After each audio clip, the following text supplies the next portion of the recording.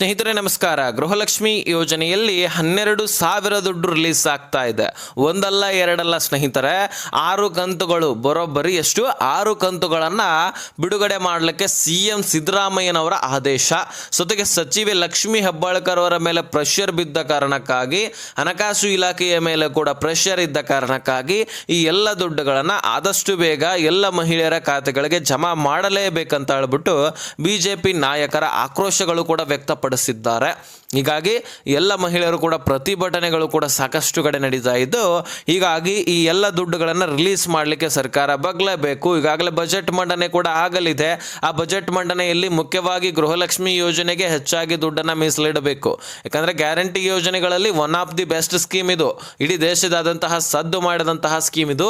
ಹಾಗಾಗಿ ಈ ಗೃಹಲಕ್ಷ್ಮಿ ಯೋಜನೆ ಯಾವತ್ತಿಗೂ ಕೂಡ ಕಾಂಗ್ರೆಸ್ ಪಕ್ಷ ಇರುವವರೆಗೂ ಕೂಡ ಬಂದ್ ಆಗೋದಿಲ್ಲ ಅಂತ ಹೇಳ್ಬಿಟ್ಟು ಸ್ವತಃ ಸಚಿವೆ ಲಕ್ಷ್ಮಿ ಹೆಬ್ಬಾಳ್ಕರ್ ಅವರು ತಿಳಿಸಿದ್ದಾರೆ. ಹಾಗಾಗಿ ಬನ್ನಿ ಸ್ನೇಹಿತರೆ, ಯಾವ್ಯಾವ ಕಂತುಗಳು ಪೆಂಡಿಂಗ್ ಉಳಿದಿದೆ, ಯಾವ ಕಂತುಗಳು ಈಗ ಸದ್ಯಕ್ಕೆ ಯಾವ ಜಿಲ್ಲೆಗಳಿಗೆ ಬರ್ತಾ ಇದೆ, ಎಲ್ಲವನ್ನು ಕೂಡ ಈ ಒಂದು ವಿಡಿಯೋದಲ್ಲಿ ತಿಳಿಸಿಕೊಡುವಂತಹ ಪ್ರಯತ್ನ ಮಾಡ್ತೀನಿ. ಇದಕ್ಕಿಂತ ಇಂಪಾರ್ಟೆಂಟ್ ಏನಪ್ಪ ಅಂದರೆ, ಎಲ್ಲವೂ ಕೂಡ ತಿಳ್ಕೊಳ್ತೀರಿ, ಗೃಹಲಕ್ಷ್ಮಿ ದುಡ್ಡು ಕೂಡ ರಿಲೀಸ್ ಆಗತ್ತೆ, ಆದರೆ ನಿಮ್ಮ ಖಾತೆಗಳಿಗೆ ಬರೋದಿಲ್ಲ. ಅವಾಗ ಏನು ಮಾಡ್ತೀರಿ? ಹಾಗಾಗಿ ಈ ಒಂದು ಸರ್ಟಿಫಿಕೇಟು, ಈ ಒಂದು ಪತ್ರವನ್ನು ನೀವು ಕೊಡೋದು ಕಡ್ಡಾಯವಂತ ಸಚಿವೆ ಲಕ್ಷ್ಮಿ ಹೆಬ್ಬಾಳ್ಕರ್ ಅವರು ಕೂಡ ತಿಳಿಸಿದ್ದಾರೆ. ಯಾಕಂದರೆ ಮತ್ತೆ ವೆರಿಫಿಕೇಶನ್ ಆಗ್ತಾ ಇದೆ. ಗೃಹಲಕ್ಷ್ಮಿಯಲ್ಲಿ ನಿಮಗೆ ಗೊತ್ತಿದೆ, ಒಂದಾದ ಮೇಲೆ ಒಂದು ವೆರಿಫಿಕೇಶನ್ಗಳು, ರೂಲ್ಸ್ಗಳು ಇದೆಲ್ಲವೂ ಕೂಡ ಇದ್ದದ್ದೇನೆ. ಹಾಗಾಗಿ ಬನ್ನಿ ಸ್ನೇಹಿತರೆ, ಇದರೆಲ್ಲದರ ಬಗ್ಗೆ ನಾನು ನಿಮಗೆ ಮಾಹಿತಿಯನ್ನು ತಿಳಿಸ್ಕೊಡ್ತೀನಿ. ಸೊ ತೀರಾ ಇಂಪಾರ್ಟೆಂಟ್ ಮಾಹಿತಿ. ಎಲ್ಲರೂ ಕೂಡ ವಿಡಿಯೋನ ಆದಷ್ಟು ಕೊನೆವರೆಗೂ ವಾಚ್ ಮಾಡಲಿಕ್ಕೆ ಪ್ರಯತ್ನ ಮಾಡಿ. ಸ್ನೇಹಿತರೆ, ಈಗಾಗಲೇ ಬಜೆಟ್ ಮಂಡನೆಗಳು ಕೂಡ ಆಗ್ತಾ ಇದೆ. ಈಗಾಗಲೇ ರಾಜ್ಯದಲ್ಲಿ 17 CM ಸಿದ್ದರಾಮಯ್ಯನವರ ನೇತೃತ್ವದಲ್ಲಿ 17ನೇ ಬಜೆಟ್ ಮಂಡನೆ ಮಾಡ್ತಾ ಇದ್ದಾರೆ. ದಾಖಲೆಯ ಬಜೆಟ್ ಅಂತಲೇ ಹೇಳ್ಬೋದು.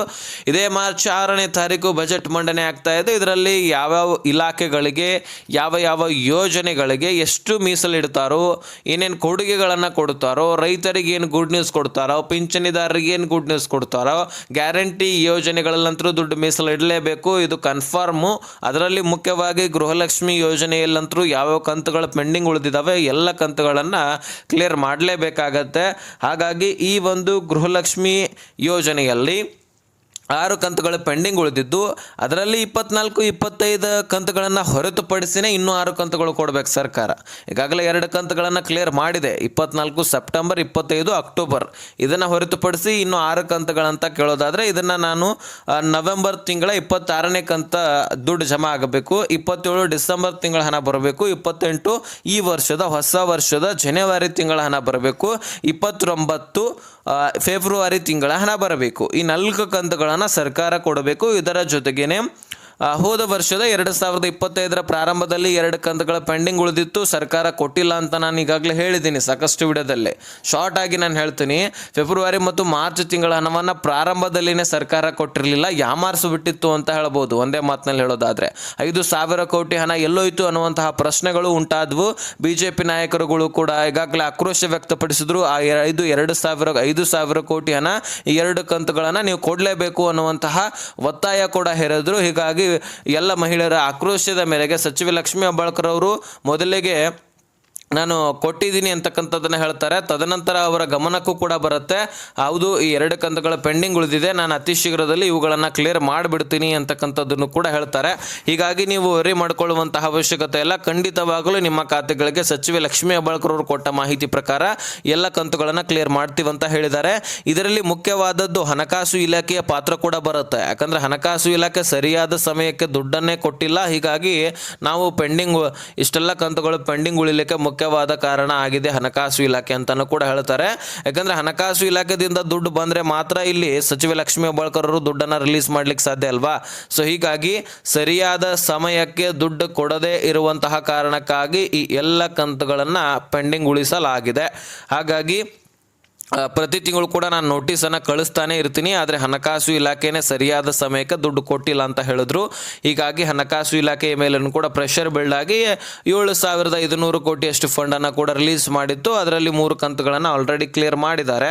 ಅಂದರೆ 2 ಕಂತುಗಳು ಕ್ಲಿಯರ್ ಆಗಿದ್ದಾವೆ. 26 ನವೆಂಬರ್ ತಿಂಗಳ ಕಂತಿನ ಹಣ ಕೂಡ ಈಗ ಬರ್ತಾ ಇದೆ, 2,500 ಕೋಟಿ.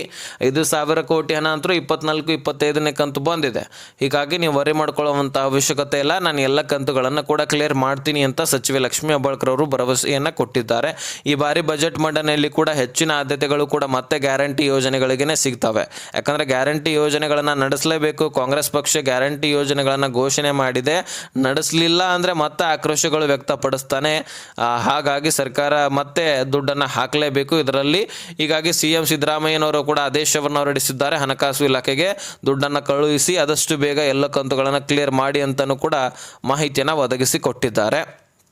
ಇನ್ನು ಸ್ನೇಹಿತರೆ, ಇದನ್ನು ಹೊರತುಪಡಿಸಿ ಇನ್ನು ಕಡ್ಡಾಯವಾಗಿ ಈ ಪತ್ರ ಕೊಡಲೇಬೇಕು ಎನ್ನುವಂತಹ ಮಾಹಿತಿ ಕೂಡ ಲಭ್ಯವಾಗಿದ್ದು, ಇದರ ಬಗ್ಗೆ ನಾನು ಹೇಳೋದಾದರೆ ಮುಖ್ಯಸ್ಥೆ ಈಗಾಗಲೇ ಬಹಳಷ್ಟು ಜನರ ರೇಷನ್ಸ್ ಕಾರ್ಡ್ಗಳಲ್ಲಿ ಮುಖ್ಯಸ್ಥೆ ತೀರಿ ಹೋಗಿದ್ರು ಸಹಿತ ಅವರ ಹೆಸರಿನಲ್ಲಿ ಇನ್ನೂ ಕೂಡ ಗೃಹಲಕ್ಷ್ಮಿ ದುಡ್ಡು ಪಡೆಯೋದು ಹಾಗೆ ರೇಷನ್ಸ್ ಕಾರ್ಡ್ಗಳನ್ನು ಯೂಸ್ ಮಾಡ್ತಾ ಇರೋದು ಇದು ಸರ್ಕಾರದ ಗಮನಕ್ಕೆ ಬಂದಿದೆ.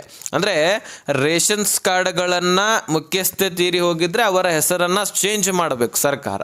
ಅಂದರೆ ಸರ್ಕಾರ ಹೇಳೋದಿಷ್ಟೇ, ಮುಖ್ಯಸ್ಥೆ ತೀರಿ ಹೋಗಿದಾರಾ, ನಿಮ್ಮ ಮನೆಯಲ್ಲಿರ್ತಕ್ಕಂತಹ ಯಾರಾದರೂ ಹೆಣ್ಣು ಮಕ್ಕಳನ್ನು ಆ ಒಂದು ರೇಷನ್ಸ್ ಕಾರ್ಡ್ನ ಮುಖ್ಯಸ್ಥೆಯ ಜಾಗದಲ್ಲಿ ಸೇರ್ಪಡೆ ಮಾಡಿ, ನಾವು ಎಂದಿನಂತೆ ಮತ್ತೆ ದುಡ್ಡು ಜಮಾ ಮಾಡ್ತೀವಿ, ಏನು ತೊಂದರೆ ಇಲ್ಲ ಅಂತ ಹೇಳ್ತಾರೆ. ಇಲ್ಲ ಯಾರನ್ನೂ ಕೂಡ ಸೇರ್ಪಡೆನೇ ಮಾಡೋದಿಲ್ಲ, ಹಾಗೆ ದುಡ್ಡನ್ನು ಪಡ್ಕೊಳ್ತೀರಿ ಅಂತ ಕೇಳೋದಾದರೆ ಸರ್ಕಾರದ ಗಮನಕ್ಕೆ ಇದು ಹೇಗೆ ಬರುತ್ತೆ ತೀರಿ ಹೋಗಿರುವಂಥದ್ದು ಅಂತ ಕೇಳೋದಾದರೆ, ಈಗಾಗಲೇ ರಾಜ್ಯದಲ್ಲಿ SIR ಪ್ರಕ್ರಿಯೆ ನಡೀತಾ ಇದೆ. ಇಡೀ ರಾಜ್ಯದಲ್ಲಿ ಅಷ್ಟೇ ಅಲ್ಲ, ಇಡೀ ದೇಶದಲ್ಲೇ ನಡೀತಾ ಇದೆ. ಅದರಲ್ಲಿ ಯಾರು ಹೆಚ್ಚಾಗಿ ಈಗಾಗಲೇ ರೀಸೆಂಟಾಗಿ ವೋಟ್ರ್ ID-ಯನ್ನು ಅಂದರೆ ವೋಟ್ರ್ ID ಯೂಸ್ ಮಾಡಿಕೊಂಡು ನೀವು ವೋಟನ್ನು ಹಾಕಿರೋದಿಲ್ಲ, ಅದರ ಆಧಾರದ ಮೇಲೂ ಕೂಡ ಸಿಗುತ್ತೆ. ಯಾಕಂದರೆ ಬದುಕಿಲ್ಲ ಅಂದರೆ ಎಲ್ಲಿಂದ ವೋಟ್ ಹಾಕಬೇಕು, ಬದುಕಿದ್ರೆ ಮಾತ್ರ ವೋಟನ್ನು ಹಾಕಬೇಕಾಗತ್ತೆ. ಹೀಗಾಗಿ ಅದರ ಆಧಾರದ ಮೇಲೂ ಕೂಡ ಸಾಕಷ್ಟು ಜನರ ಅನುಮಾನ ಬಂದಿದೆ ನೋಡಿ. ಅವರೆಲ್ಲರನ್ನೂ ಕೂಡ ರೇಷನ್ಸ್ ಕಾರ್ಡ್ಗಳಿಂದ ಹೊರಗಿಡ್ತಾ ಇದೆ ಸರ್ಕಾರ, ಆಹಾರ ಇಲಾಖೆ ಮುಖ್ಯವಾಗಿ. ನೀವು ಒಂದು ವೇಳೆ ನಿಮ್ಮ ರೇಷನ್ಸ್ ಕಾರ್ಡ್ಗಳನ್ನು ಉಳಿಸ್ಕೊಳ್ಬೇಕು, ಗೃಹಲಕ್ಷ್ಮಿ ದುಡ್ಡು ಬರಬೇಕು, ಅನ್ನಭಾಗ್ಯದಲ್ಲಿ ಅಕ್ಕಿ ಸಿಗಬೇಕು, ಪಿಂಚಣಿ ಯೋಜನೆಯಲ್ಲಿ ಪಿಂಚಣಿ ಕೂಡ ಸಿಗಬೇಕು, ಹಿರಿಯ ನಾಗರಿಕರಿದ್ದರೆ ತೀರಿ ಹೋಗಿಲ್ಲ ಆದರೂ ಸಹಿತ ದುಡ್ಡು ಬರ್ತಾ ಇಲ್ಲ ಅಂದರೆ ಲೈಫ್ ಸರ್ಟಿಫಿಕೇಟು ಅಂದರೆ ಜೀವಿತ ಪ್ರಮಾಣ ಪತ್ರವನ್ನು ಏನು ಮಾಡಬೇಕು ನೀವು, ಯಾವ ಬ್ಯಾಂಕ್ ಅಕೌಂಟನ್ನು ಪಿಂಚಣಿ ಯೋಜನೆಗೆ ಲಿಂಕ್ ಮಾಡಿರ್ತೀರಿ, ಯಾವ ಬ್ಯಾಂಕ್ ಅಕೌಂಟನ್ನು ಗೃಹಲಕ್ಷ್ಮಿ ಯೋಜನೆಗೆ ಲಿಂಕ್ ಮಾಡಿರ್ತೀರಿ, ಆ ಬ್ಯಾಂಕಿಗೆ ಹೋಗಿ ಲೈಫ್ ಸರ್ಟಿಫಿಕೇಟನ್ನು ಸಬ್ಮಿಟ್ ಮಾಡಬೇಕು. ಆಗ ಮಾತ್ರ ನಿಮಗೆ ದುಡ್ಡು ಜಮಾ ಆಗಲಿಕ್ಕೆ ಸಾಧ್ಯ. ಅಲ್ಲಿರ್ತಕ್ಕಂತಹ ಮುಖ್ಯ ಅಧಿಕಾರಿಗಳು ಅದರ ಬಗ್ಗೆ ವೆರಿಫಿಕೇಷನ್ ಮಾಡ್ತಾರೆ. ನೀವು ಬದುಕಿದ್ದೀರಾ ಅಂತಕ್ಕಂಥದ್ದನ್ನು ಕನ್ಫರ್ಮ್ ಮಾಡಿಕೊಂಡು ಮೇಲಧಿಕಾರಿಗಳಿಗೆ ಕಳುಹಿಸ್ತಾರೆ. ಮತ್ತೆ ನಿಮಗೆ ಎಂದಿನಂತೆ ದುಡ್ಡು ಜಮಾ ಆಗುವಂಥದ್ದು. ಇಲ್ಲ ನಮಗೆ ಹೋಗ್ಲಿಕ್ಕಾಗಲಿಲ್ಲ, ನಮಗೆ ವಯಸ್ಸಾಗಿದೆ, ನಮಗೆ ನಡೆದಾಡ್ಲಿಕ್ಕೆ ಆಗೋದಿಲ್ಲ, ಅಥವಾ ನಾವು ಅಂಗವಿಕಲರಿದ್ದೀವಿ ಅಂತ ನೀವು ಹೇಳಿದ್ದೆ ಆದರೆ ನಿಮ್ಮ ಮನೆಯಲ್ಲಿರ್ತಕ್ಕಂತಹ ಕುಟುಂಬಸ್ಥರನ್ನು ಯಾರನ್ನಾದರೂ ಕಳುಹಿಸಿ ಅವರಿಗೆ ಕೊಟ್ಟು, ಅಂದರೆ ಅಲ್ಲಿರ್ತಕ್ಕಂತಹ ಅಧಿಕಾರಿಗಳಿಗೆ ಕೊಟ್ಟು ವಿಡಿಯೋ ಕಾಲ್ನ ಮುಖಾಂತರ ಕನ್ಫರ್ಮ್ ಮಾಡಿದ್ರೆ ಸಾಕು. ಅಂದರೆ ವಿಡಿಯೋ ಕಾಲ್ ಮಾಡಿ ನೀವು ಬದುಕಿದ್ದೀರಾ ಅಂತಕ್ಕಂಥದ್ದನ್ನು ಅಲ್ಲಿರ್ತಕ್ಕಂತಹ ಅಧಿಕಾರಿಗಳು ನೋಡಿ ಕನ್ಫರ್ಮ್ ಮಾಡ್ಕೊಳ್ತಾರೆ. ಅದನ್ನು ಮೇಲಧಿಕಾರಿಗಳಿಗೆ ಕಳುಹಿಸಿ ಮತ್ತೆ ನಿಮಗೆ ದುಡ್ಡು ಜಮಾ ಆಗುವಂತೆ ಮಾಡಿ ಕೊಡ್ತಾರೆ. ಸೊ ಇದಿಷ್ಟು ಇನ್ಫಾರ್ಮೇಷನ್ ಆಗಿತ್ತು, ನಾನು ನಿಮಗೆ ತಿಳಿಸಲೇಬೇಕಾಗಿತ್ತು, ತಿಳಿಸಿದ್ದೀನಿ. ಅರ್ಥ ಆಗಿದೆ ಅಂತಲೂ ಕೂಡ ಅಂದ್ಕೊಳ್ತೀನಿ. ಅರ್ಥ ಆಗಿದ್ರೆ ವಿಡಿಯೋ ನೋಡಿದ್ದಕ್ಕೆ ಧನ್ಯವಾದ. ಹಾಗೆ ಸಬ್ಸ್ಕ್ರೈಬ್ ಮಾಡಿ, ಈ ವಿಷಯವನ್ನು ಎಲ್ಲ ಗೃಹಲಕ್ಷ್ಮಿಯರಿಗೆ ಶೇರ್ ಮಾಡಿ.